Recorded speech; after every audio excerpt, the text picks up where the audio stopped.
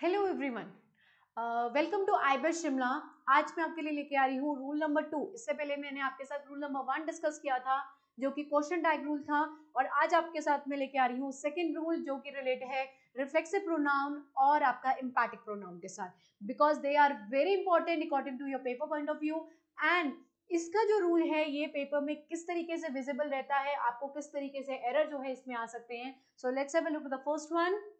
Okay, पहले मैं आपको समझाती हूँ कि जो है रिफ्लेक्सिव प्रोनाउन क्या होता है बच्चे। रिफ्लेक्सिव प्रोनाउन जो है वो बेसिक, हम अगर सिंपल लैंग्वेज में बात करें, ज्यादा टेक्निकल या ज्यादा थ्योरेटिकल लैंग्वेज में ना बोलते हुए, कि जिसके सफिक्स में, ठीक है, सफिक्स में क्या लगाया जाता है, आपका सेल्फ लगाया जाता है इन योर सिंगुलर पार्ट और सेल्फ लगाया जाता है इन योर प्लूरल पार्ट। ठीक है, तो इसमें क्या रहता है कि आपको पता है नाउन प्रोनाउन हमें कॉमन नाउन प्रॉपर नाउन के बारे में बताता है, प्रोनाउन उसकी रिप्लेसमेंट करता है।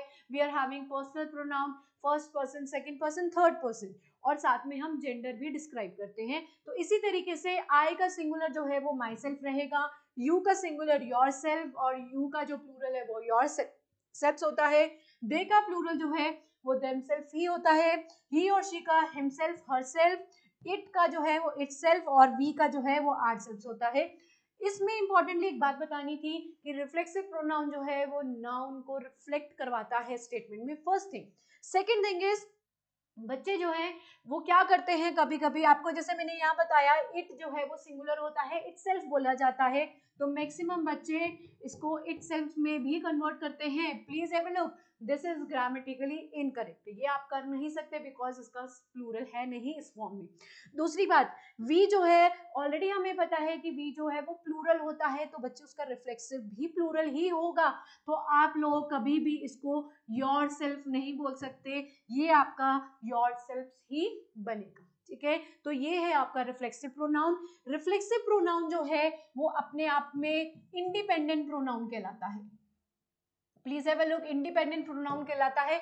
जैसे I planted the saplings, my self. ठीक है, देखो जिस चीज का पर्सनल प्रोनाउन यूज हुआ उसी का रिफ्लेक्सिव यूज होगा, आई का माई सेल्फ होगा।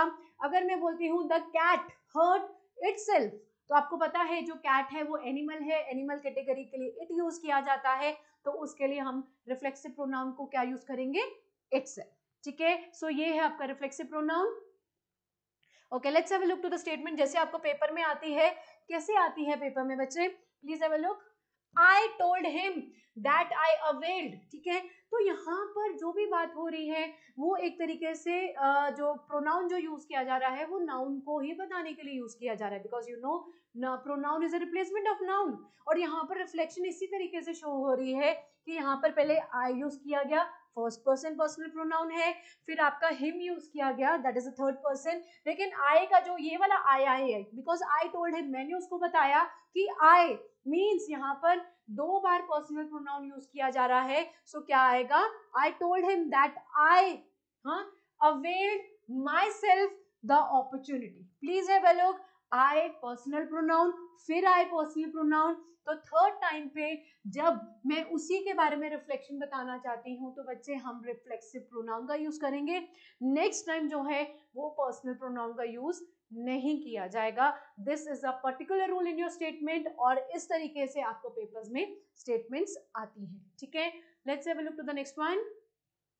ओके, अब इम्पैटिक को मैंने रिफ्लेक्सिव के साथ इसलिए ज्वाइन किया है बिकॉज इम्पैटिक जो है अपने आप में प्रोनाउन होता ही नहीं है, इट डजंट एग्जिस्ट। ठीक है, बट द रीजन इज हम इम्पैटिक क्रिएट करते हैं। So please have a look to the statement. Emphatic जो है जब हम स्टेटमेंट में एम्फेसिस देना चाहते हैं तब इम्पैटिक का यूज किया जाता है।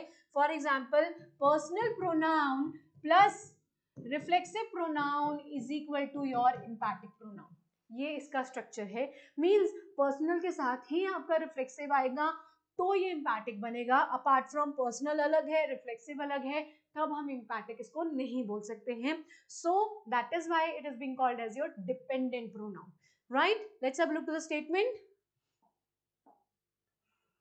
Okay, let's have a look, ये आपकी एक स्टेटमेंट है, you yourself pack the bag. अब प्लीज इसमें एक चीज का ध्यान रखना, रिफ्लेक्सिव में भी एम्पैथिक में भी जिसका पर्सनल प्रोनाउन यूज होगा उसी का रिफ्लेक्सिव यूज होना चाहिए आगे जाके स्टेटमेंट्स में। दोनों में डिफरेंस मैं आपको बता रही हूँ। पहले एम्पैथिक की स्टेटमेंट देखिए, you yourself pack the bag, ठीक है, ये चीज बोली गई है। यू मतलब आपका सेकंड पर्सन पर्सनल प्रोनाउन है, योरसेल्फ आपका रिफ्लेक्सिव है, तो तुम खुद ही अपना बैग पैक करो।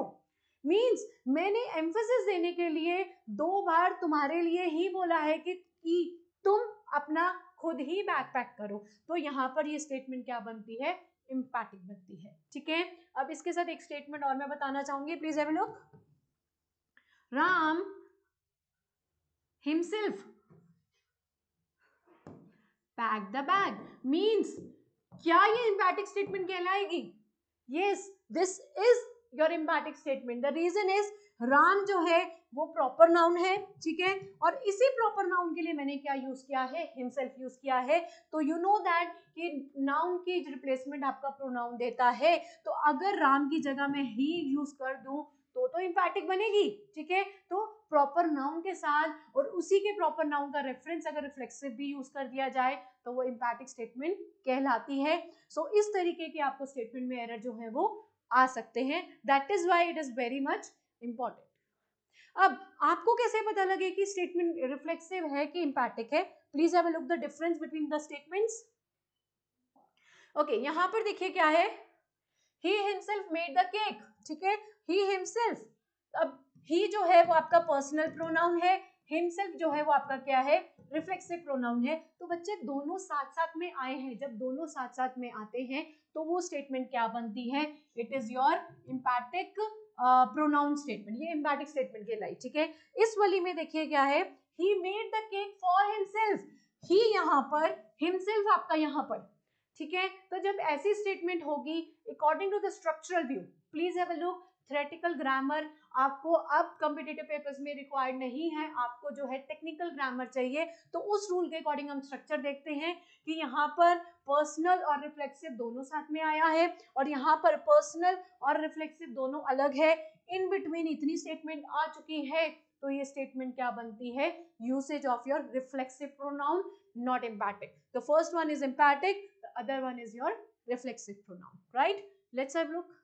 So ये था आपका basic rule of your reflexive pronoun and your emphatic pronoun. According to the paper point of view, this is very important. Do consider this. Thank you so much. Thank you.